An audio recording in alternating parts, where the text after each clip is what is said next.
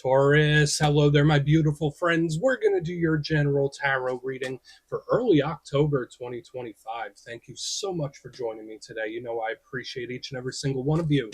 So let's get right down to business as always and start you off with an oracle card here, just so we can dip our toes into energy and see what's happening for the lovely Taurus collective. Hope you're all doing fabulous and fantastic, my friends. Let's get it going here. My guide spirit team, talk to me. What do we got for the Taurus collective in early October? What energies, messages, insights can we take a little peek at? And yeah, we're just going to take a real quick look at this first card. Then we'll get into the full reading itself. And at the very end, I'll pull you a bonus card from the Shadowland Tarot, just to see what might be in the shadows or what shadow work you can lean into, which is always interesting. But let's get it going here. Let's rock and see what we got for Taurus in early October. What's the vibe? What's the energy? Let's get this card out nice and quick for you, my good friends. There we go. Very first shuffle, it pops out. Ask and you shall receive, right? Okay, so we do have the Fool card. Now, this is not a tarot deck. It is an oracle, but if you look close at all the symbolism, all the indicators of the Fool card are there. So I like it. Usually it's pretty optimistic, but it does fit a theme I've been seeing with all the other Earth signs this week, where there's certain energies that could go off script. But it can be great actually for new cycles and new stuff. Now, before we fully dive into that, if you're new here, I'll be speaking about the October subscriber surprise towards the end, so you might want to check that out. And also, if you could kindly illuminate that like button by tapping it right on its third eye, you know, I'd greatly appreciate it. But enough of the promo, back into the reading. Let's talk more in depth about this card. So again, we have this feminine figure. She's wearing a jester cap. And if you look real close down at the bottom, there's different renditions of the Fool card there. So it fits all those archetypes. Now, for some of you, maybe it's an Aries you're connected to. Maybe you have some Aries placements. Everyone knows that's your zodiacal neighbor. And Aries is all about action, movement, getting something started. Now, this is really great for new, fresh energy. The Fool card always is. It's like I'm about to go on an adventure, on a journey. So there could be something new coming in, a new way of being, a new mindset. Great. It's usually very happy-go-lucky and optimistic. So for some of you, if you've been a little stern in your ways, this energy could really lighten the mood and have a lot of fun. So I do like it for that. However, there is another side to the Fool card where it could be a little too impulsive. Okay, so for some Tauruses, maybe you're going to have certain impulses in this time, stronger than normal, especially if there's certain things you're trying to refrain from. So keep that in mind. Watch the impulse control, especially with the Fool, because it could be an energy that goes a little wild. Okay, but aside from that, this could be something really great coming in. So we're just going to put the Fool down right there. Let's get into tarot. And yeah, I always say that first card, it doesn't make or break the reading. It's just a little footnote. So let's get you 3 tarot cards in the upright. Then we'll get into that intuitive juiciness. Shuffle it up one time here for Taurus gang, please. My guides and spirit team. And while we get this deck shuffled up and ready to go, let's talk about last week's reading. Felt a little grumpy to me. And again, I'm not saying it was you, but the reading was titled They Are Mad. It felt a little aggressive. It felt a little grumpy. So maybe there was someone in your circle that was a little more grr than usual. Maybe you were, right? Maybe there were certain things going on that were rubbing you the wrong way. From my experience, Taurus is usually a pretty chill sign most of the time, more so than most other signs. But yeah, the energy just felt super aggressive to me. So hopefully you weren't dealing with anything too rough. But we're going to see what shows up this week. As you know, energy is very fluid, never set in stone. So only take this how it fits for you, because we could be seeing your vibe or somebody else's, right? Let's get it going. 3 cards here for Taurus. What do we got in early October? Okay, Hermit mode. I mean, I don't think that is a bad thing. I don't feel like that bothers you, per se. Usually I like an action card in the first spot, and the Fool isn't really doing, I mean, the Hermit's not really doing much. Let's get a couple more. We'll see. We will see. 8 of Pentacles. All right. I've seen this energy from you many, many times, but I think we're going to have a bit of a difference. Overall, this is like I'm putting my head down. I'm doing what I got to do. I'm working on what I want to do. I'm minding my own business, or at least that's how someone is doing their thing. And we have the Hanged Man on the back. Okay. Yeah. We're going to have to really clarify these, because a lot of this energy, I don't want to say it seems to be hiding something. It's just very private. It's trying to be very, very private for one reason or another. But let's go through. I'll give you some of the classical meanings and archetypes. Then we'll get into that juicy, intuitive stuff. But at first look, first glance, the elemental mixture actually really fits the Taurus collective well, because to me, this is all earth. We have the Hermit, which is Earth. We have the Eight of Pentacles, which is Earth. We have the Hanged Man, which is a mixture. I see this as like Earth, water, like Virgo, Scorpio, Pisces, like it's all that kind of build. So I think elementally the energy works good for you. Now, with all this Earth energy, the positives of it, obviously, it connects to the earthly world, work, business, home, living, family, the material world that we exist in. The Earth energy is the world around us. But the challenge when it's so earth heavy is it could feel stuck sometimes, or it's an energy that's just very set in its ways. So that's something we might have to watch out for. But again, at the same time, Taurus, you're a fixed earth sign, so this energy, I don't think it seems to bother you. It just seems to really be taking its time, and it seems very private, which again isn't a bad thing. But let's go through piece by piece and really start to build it out. Position number one, we start with the Hermit. Now, again, some of you might be connected to a Virgo. Maybe you have some Virgo placements yourself when we see this Hermit. And there's a lot of positives to be had with this card, that's for sure. And we see the Hermit, he's standing there with his lantern. I always say this is a retracted, pulled back type of energy. It's not making steps forward, it's actually pulling its energy back. So there could be situations, people, the world itself that you're just pulling your energy back from. Like, yeah, I'll be over here. I'm going to be over here. And again, for some of you, you might just be in hermit mode, right? Just minding your own business, being very private, doing your own thing, enjoying your own company. That could be a big thing with this card. The positives of the hermit, it's extremely wise. It's very spiritual. It's connecting with its inner self. So there's a lot of spiritual gifts that this energy can hold. The challenge is it's an isolationist, right? This is an energy that seals itself away, that's in its own little bubble, and it's not coming out, right? This could represent communication issues. And another thing with the Hermit, it's nighttime. It's a very mysterious, unexpected, or private, secret type of card. So there's that mysterious vibe to it that we do want to look at. And sometimes the Hermit can be stuck. That's the thing, because the way the energy moves, aside from the fact that it's all earth, we have this hermit energy that's, pulling itself back. Then the next one over, the Eight of Pentacles, tries to do something and then it pulls back again. So it's like, I'm going to try, maybe not, I'm going to try again. It's like doing a little energetic dance with what I'm seeing already. So this is definitely a unique reading this week. Now, moving to the center, we have the Eight of Pentacles. This card heavily ties into career, how we earn a living, business, finances, investments, right? It's really great for that. It's creative, it's artisanal. So for some Tauruses, maybe you got bit by the creative bug. Maybe there's something you're working on here behind the scenes. Like when I see all this energy in the Eight of Pentacles, it's like I'm working on something in private. I'm doing something behind the scenes. Nothing wrong with that. And again, some of you might just be minding your own business. I'm doing what I have to do. I'm doing my responsibilities, and that's it. I don't want that energy coming in. I'm not putting my energy out. I'm just staying the course. It's an extremely dedicated type of energy, so I do like it quite a bit. Now, the challenge with this card, because remember, this is a card of effort, and it can tie in to personal relationships as well, where it's like, all right, this is something I want to put effort into. This can also represent fixing something that's been once broken, so there's a good aspect there.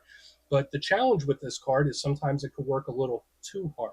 It could keep itself a little too busy. It could force things. So we're definitely going to want to look at this Eight of Pentacles to see if something is worth your effort when we see it. Now, moving to the back end is where we seem to complete the little energetic dance that we're doing, the energetic hokey pokey. Because like this energy is pulling back, then it's going forward, and then it pulls back again. We have the Hanged Man, very, very similar to this Hermit. So again, zodiac signs that I personally connected to: Virgo, Scorpio, Pisces. Again, I know there's other readers that pick and choose different ones. I just see those traits with this Hanged Man. And what is the Hanged Man doing in the picture? Nothing much, right? Not a lot of physical action. He's watching, right? So I do say he's one of the watchers of the tarot deck. So yeah, maybe there's something you're observing.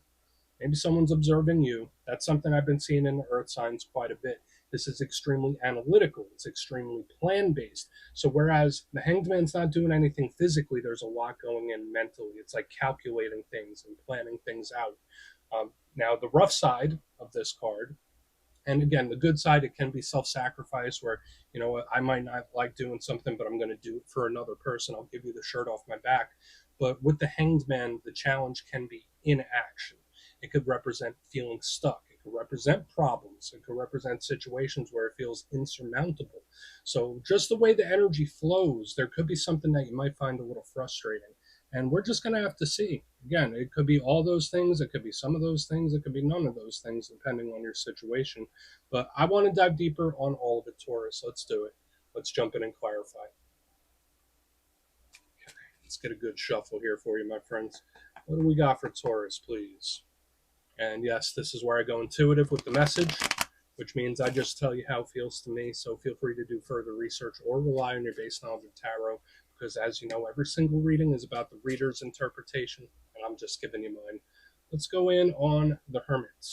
Ye old Hermit. Oh, and yes, for your reader yourself, please feel free to play along. That's why the box is here. If you're feeling any messages you want to give to Taurus, you could drop it in the comments. I don't mind at all. Okay, what's happening with the Hermit, please? What's happening with the Hermit? Thank you. Emperor. I don't want to say that this is an avoidant energy.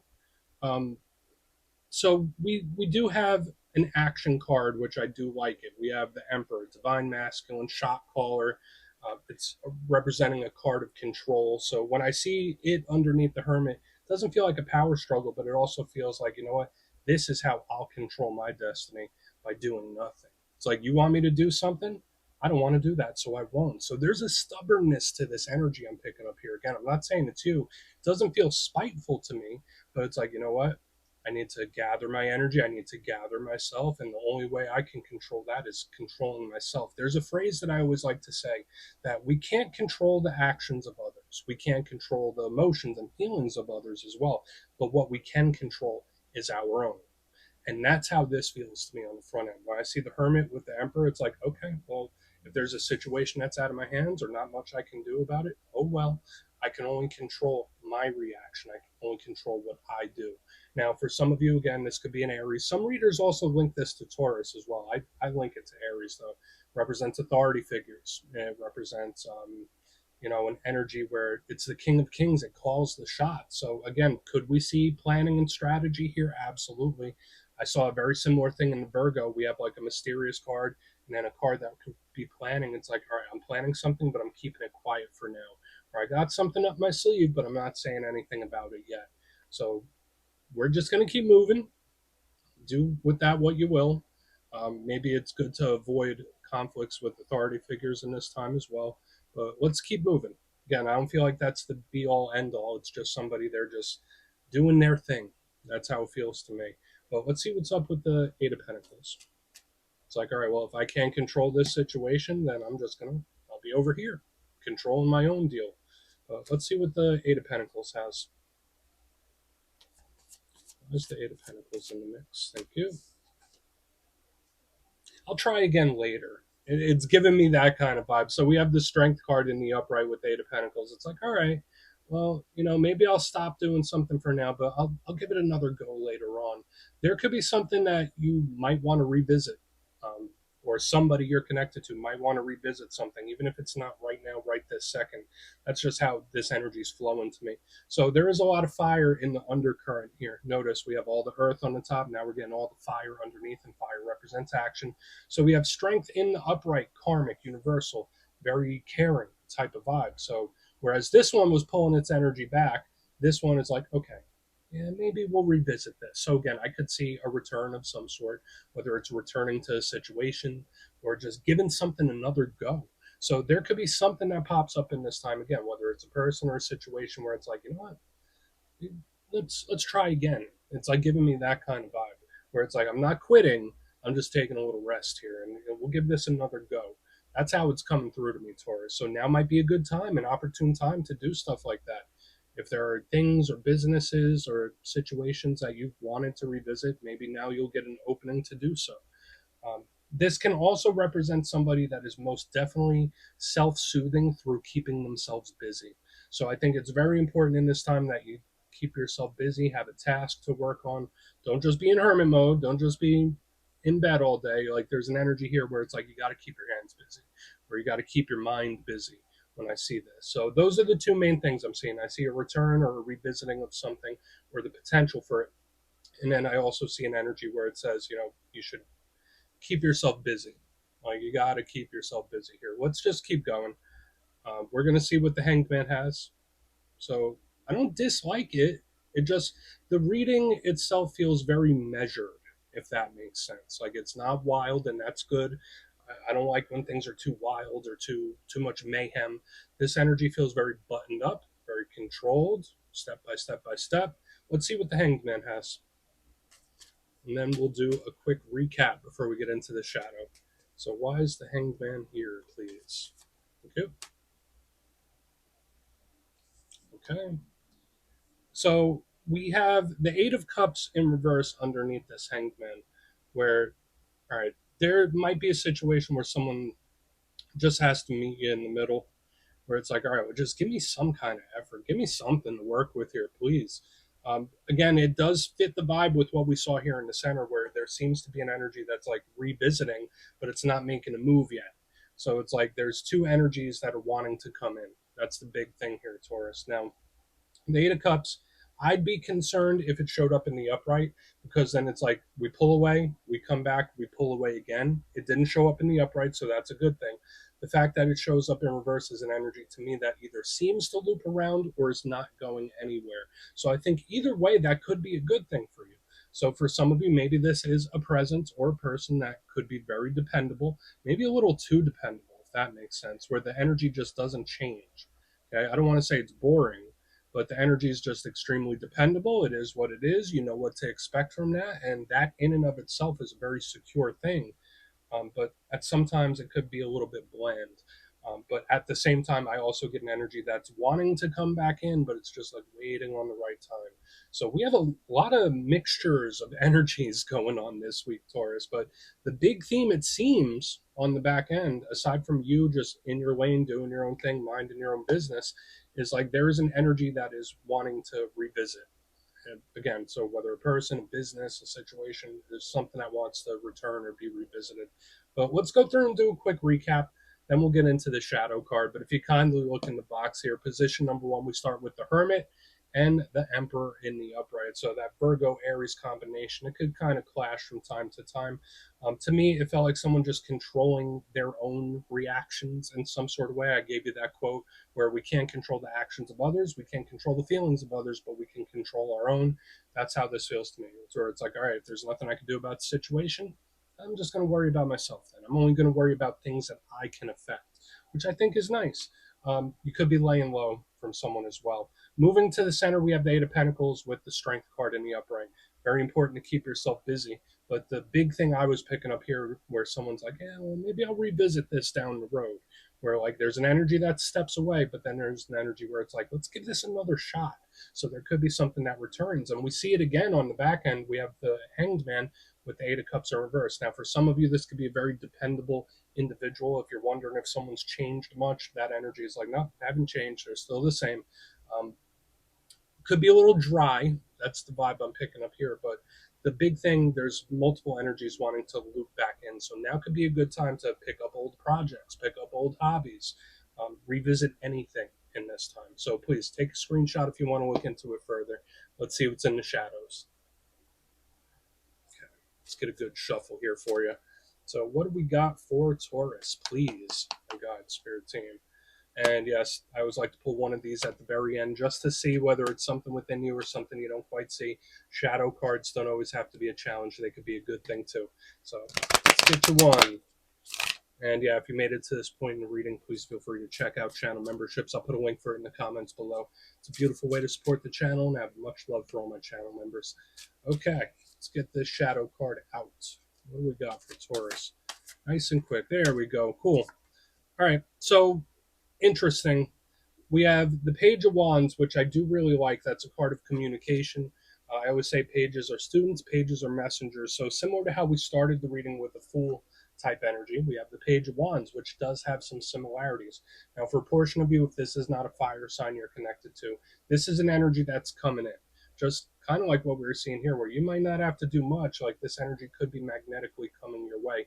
But a big thing with this card, the shadow side of the Page of Wands, is pacing yourself, not burning yourself out, not doing too much. So again, stay busy. but don't do too much. Don't try too hard, if that makes sense. There's just something about keeping a nice, even keeled type of balance.